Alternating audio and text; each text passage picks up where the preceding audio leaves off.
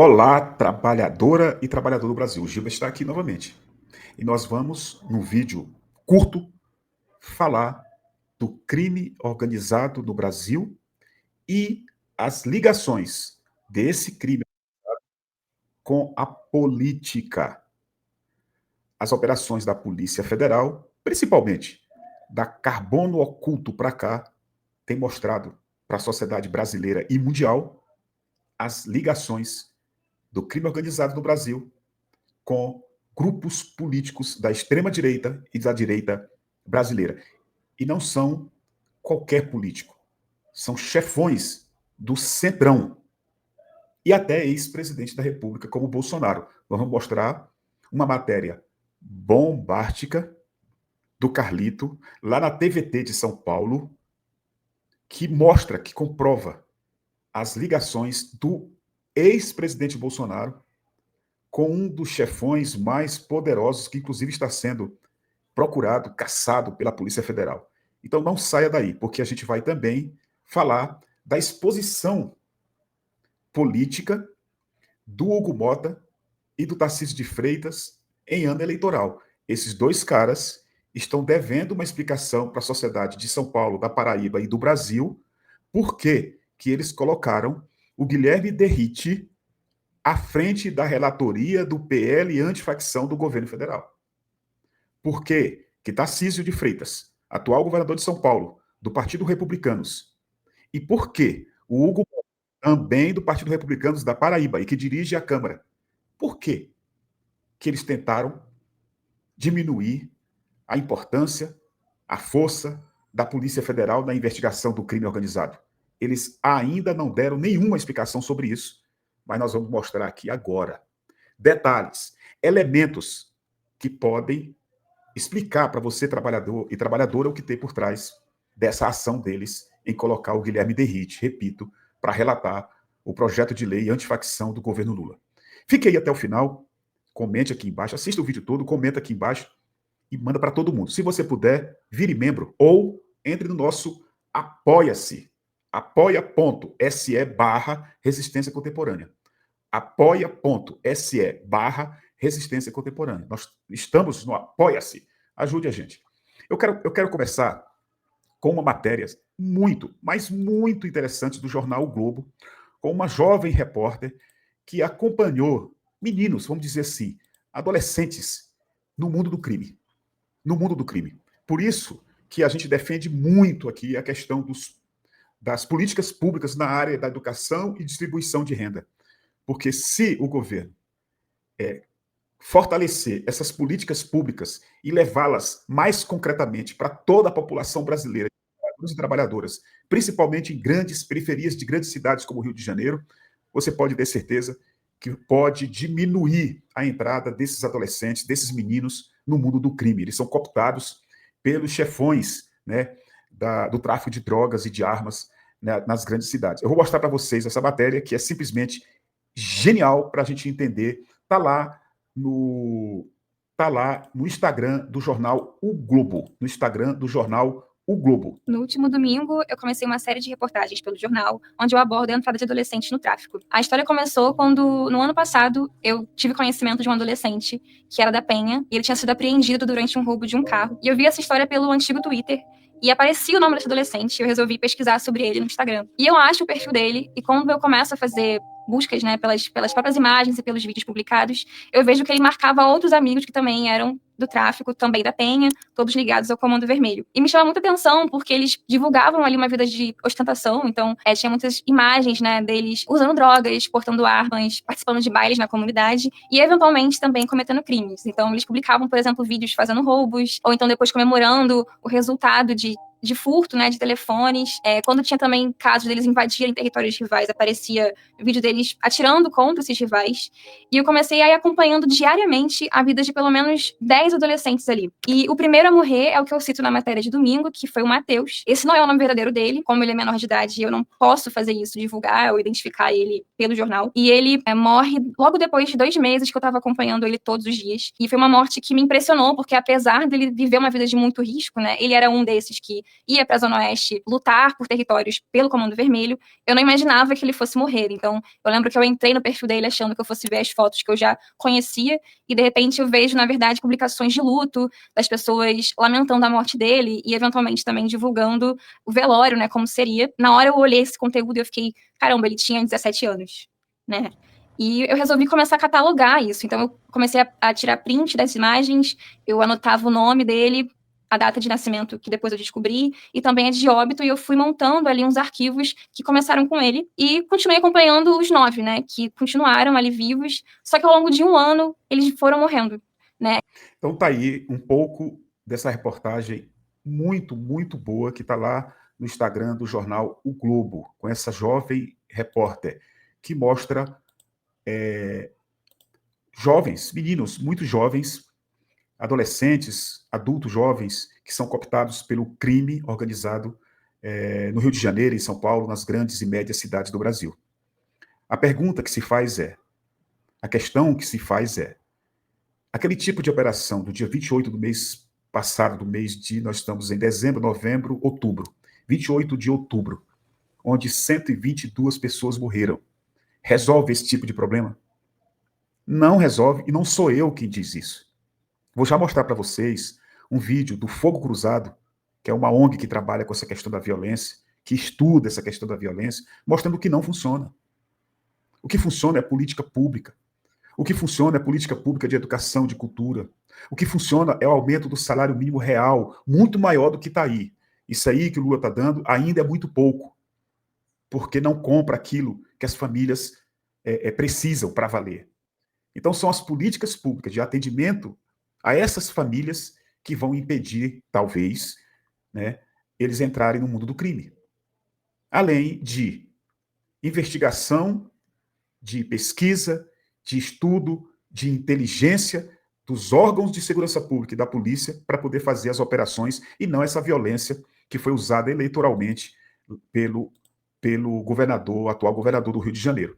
Eu vou mostrar para vocês que ontem a Polícia Federal fez uma operação no Rio de Janeiro muito importante. Olha isso aqui, depois de muito estudo, depois de pesquisar, tá? Olha aqui, ó. Informantes. Quem são os PMs presos por vazar operações para o Comando Vermelho? A Polícia Federal prendeu, nesta segunda-feira, dia 8, 2 policiais militares do Rio de Janeiro, acusados de repassar informações sigilosas do Estado para a cúpula do Comando Vermelho. Entre os presos está o 2º Sargento Rodolfo Henrique da Rosa, integrante do Batalhão de Operações Policiais Especiais, o BOP. Ele é apontado pelos investigadores como informante direto de Carlos da Costa Neves, o Gardenal, gerente-geral do tráfico do Complexo da Penha e uma das principais lideranças em liberdade do Comando Vermelho. Segundo a PF, da Rosa era responsável pela escalação das equipes do BOP que participavam de operações, posição estratégica que lhe permitia antecipar horários efetivos e movimentações das ações policiais.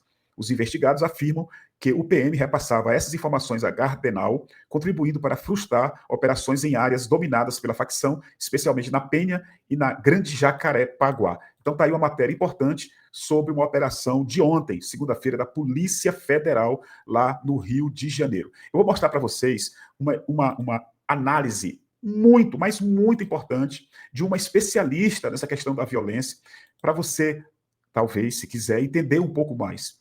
Mapa dos grupos armados do Rio de Janeiro, na fala da jornalista e pesquisadora Cecília Oliveira, do Fogo Cruzado BR. Por favor, preste atenção, porque é muito importante. O que você precisa saber sobre Comando Vermelho, TCP e milícia no Rio? Quem manda em qual bairro, quem é maior, o quanto eles cresceram. Tudo isso está no novo mapa dos grupos armados que acabou de sair, e presta atenção que eu vou te contar as novidades aqui em 5 pontos. E o 5º é loucura. Primeiro, para esse mapa foram usados mais de 700 mil registros do Disque Denúncia relacionados a tráfico e milícia. Juntando esse monte de dados e tecnologia, a gente conseguiu melhorar o mapa. Agora, ele mostra 2 categorias de presença dos grupos armados: o controle e a influência. O controle é quando um grupo domina mesmo uma área, e a influência é quando sua presença é parcial ou não é permanente.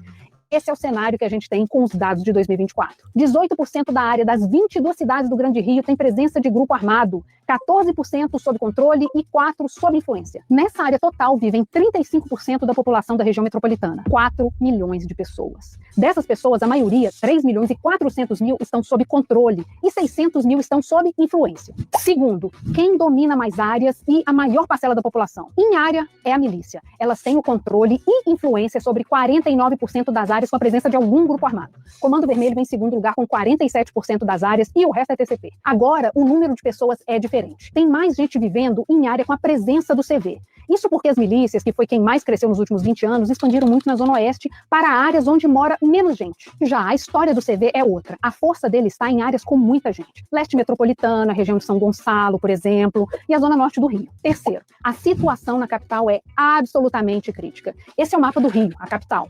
Essa é a área onde há controle ou influência de algum grupo, 31%. Nesse 1/3 da cidade do Rio, vivem 42% da população, que estavam sob controle ou influência de grupos armados em 2024. Ou seja, de cada 10 cariocas, 4 convivem com a presença de algum grupo armado.